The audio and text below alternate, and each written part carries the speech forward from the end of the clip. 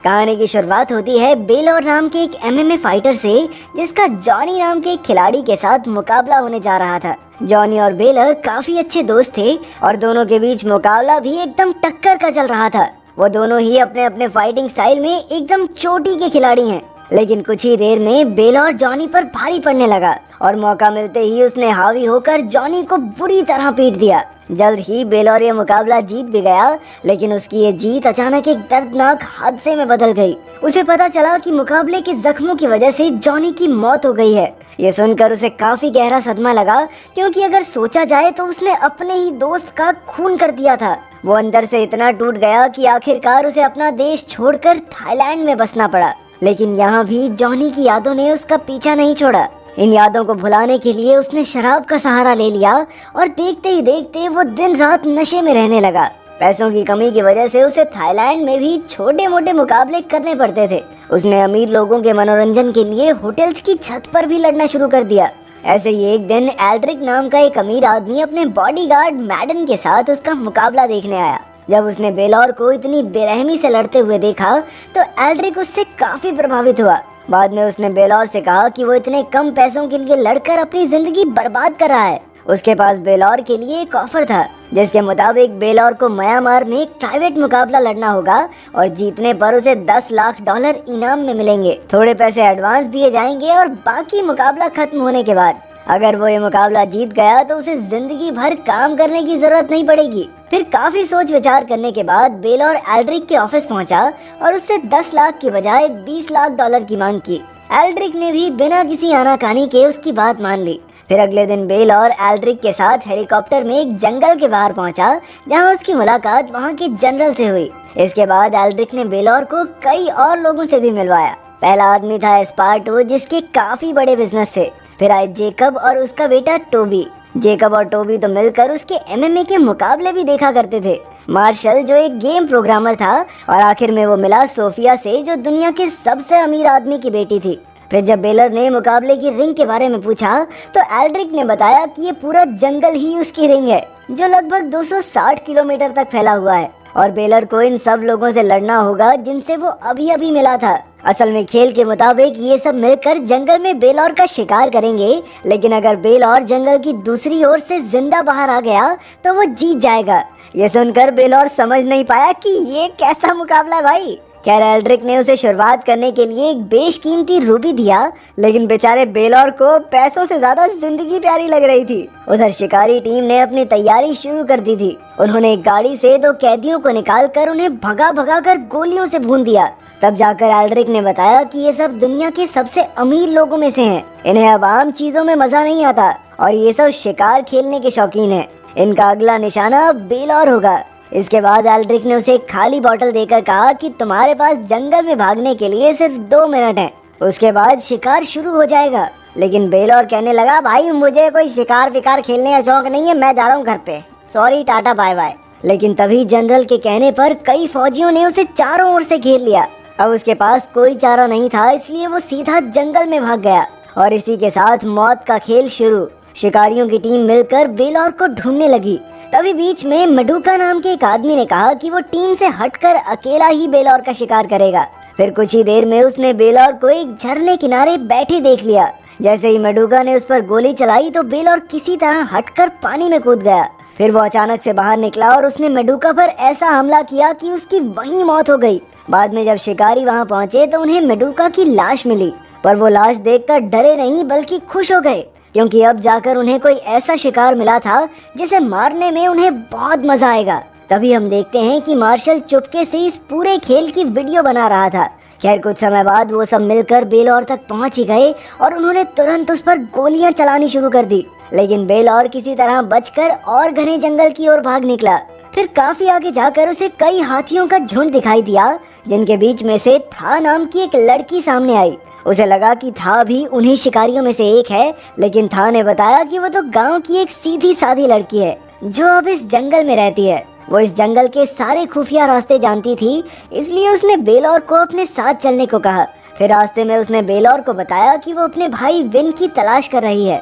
असल में पहले इन शिकारियों ने बेलौर की तरह ही विन को भी अपना शिकार बनाया था। लड़की ने बताया कि वहाँ पहले काफी लोग रहते थे, लेकिन फिर जनरल ने एल्ड्रिक के साथ मिलकर सारा जंगल खाली करवा दिया और जो लोग वहाँ से जाने के लिए राजी नहीं हुए उन्हें अमीर लोग मजे के लिए अपना शिकार बनाने लगे। उधर एल्ड्रिक ने जनरल से अपनी टीम के लिए बाइक्स मंगवा ली ताकि वो जल्दी से बेलौर तक पहुँच सके। फिर उसने एक ड्रोन के जरिए बेलौर की लोकेशन का पता लगाने की कोशिश की तो उसने देखा कि वो तो जंगल में एक लड़की के साथ घूम रहा है। ये देखकर वो और खुश हो गया क्योंकि अब उन्हें 2 शिकार मिल चुके थे। इसके बाद वो सब बाइक्स पर बैठकर तेजी से बेलौर का पीछा करने लगे। जल्द ही वो उस तक पहुंच गए, लेकिन बेलौर ने एक साथ 2 बाइक्स को टक्कर मारकर उन्हें नीचे गिरा दिया। तभी बेलौर ने एक बाइक उठाई और वो आगे जाकर एक झोपड़ी में रुक गया। अब वहाँ सोफिया और उसके बीच टक्कर का मुकाबला शुरू हुआ। सोफिया ने 2 चाकुओं से उस पर वार करने की कोशिश की, लेकिन उसे हराना बेलौर के बाएं हाथ का खेल था। पर बेलौर ने उसे मारा नहीं, बल्कि वो तुरंत बाइक पर बैठकर था को बचाने निकल पड़ा, जिसे जेकब और टोबी ने पकड़ रखा था। उधर जेकब था के साथ जबरदस्ती करने ही वाला था, लेकिन टोबी ये सब होते हुए देख नहीं सका और वहाँ से चला गया। असल में उसे तो बेवजह शिकार करने में भी कोई दिलचस्पी नहीं थी। खैर, जब बेलौर वहाँ पहुँचा तो उसने देखा कि था ने पहले ही जेकब को मार दिया है। अब वो दोनों मिलकर फिर से अपने रास्ते पर आगे बढ़ने लगे। उधर जब बाकी शिकारियों को जेकब की लाश मिली तो एल्ड्रिक ने सारा इल्जाम टोबी पर लगा दिया, क्योंकि वो ही अपने पिता को अकेला छोड़ आया था। असल में जेकब ने शिकार के लिए इतना पैसा इसलिए दिया था ताकि उसका बेटा टोबी बहादुर बन सके। खैर, इसके बाद एल्ड्रिक ने आसानी से बेलौर की असली लोकेशन का पता लगा लिया। असल में उसने पहले ही बेलौर की रूबी में जीपीएस ट्रैकर लगा दिया था। फिर जैसे ही उनकी टीम बेलौर तक पहुंची तो उन्होंने बेलौर को बॉम्ब से भरे इलाके में जाते हुए देखा। एल्ड्रिक ने बड़ी चौड़ में कहा कि अब तो ये जल्द ही बॉम्ब पर पैर रख के कुत्ते की मौत मरेगा। लेकिन टोबी तो खुद ही अपने बाप की मौत का बदला लेना चाहता था। उसने अचानक अपनी राइफल उठाई और उसी इलाके की तरफ दौड़ पड़ा, लेकिन बेलौर ने उसे देख लिया था और उसने टोबी पर गोली चला दी। इसी चक्कर में टोबी ने एक बॉम्ब पर पैर रख दिया और इसी जबरदस्त धमाके में उसकी मौत हो गई। उधर बेलौर और था इस इलाके से सुरक्षित बाहर निकल गए थे। फिर जैसे ही शाम हुई तो था उसे एक गुफा में ले आई, जहाँ वो अपने भाई विन के साथ अक्सर आया करती थी। लेकिन जैसे ही वो अंदर घुसे तो विन को वहाँ देखकर था के होश ही उड़ गए। उसने भागकर विन को गले लगा लिया और रोने लगी। खैर, जब अंधेरा हुआ तो उन्होंने गुफा में ही रात गुजारने का फैसला किया। उधर शिकारियों ने भी गुफा के पास ही तंबू लगा लिए थे। फिर अगली सुबह जब बेलौर की आंख खुली तो उसने देखा कि था और विन उसकी रूबी लेकर जा चुके थे। बेलौर तुरंत उन्हें पकड़ने के लिए दौड़ा, लेकिन उसने दूर से देखा कि था और विन को तो शिकारियों ने बंदी बना लिया है। अब बेलौर धीरे धीरे मार्शल की ओर बढ़ा। उसने एक ही पल में मार्शल की बंदूक चुराई और उसके सर पर तान दी। फिर वो मार्शल को लेकर शिकारियों के सामने पहुंचा। उसने कहा कि अगर शिकारी था और विन को छोड़ देंगे तो वो मार्शल की जान बख्श देगा। शिकारियों को ना चाहते हुए भी उन दोनों को छोड़ना पड़ा, लेकिन वो बेलौर की तरफ बंदूक तानकर आगे बढ़ने लगे। फिर बेलौर ने था और विन को भाग जाने को कहा, लेकिन आगे उनके सामने सोफिया बंदूक ताने खड़ी थी। अचानक था ने विन को नदी में धकेल दिया और अकेली सोफिया का मुकाबला करने लगी। पर सोफिया भी जबरदस्त लौंडिया है। उसने कई घुसंड और लात देकर था को नीचे गिरा लिया। पर जल्द ही था ने जबरदस्त कमबैक करते हुए जोरदार वार किए और कुछ ही पलों में सोफिया को मार डाला। उधर शिकारी बेलौर को चारों ओर से घेरते जा रहे थे। फिर जैसे ही वो उसके पास आए तो बेलौर ने अचानक मैडन पर हमला करके एल्ड्रिक पर गोली चला दी। इसके बाद वो तुरंत नदी में कूदकर भाग निकला।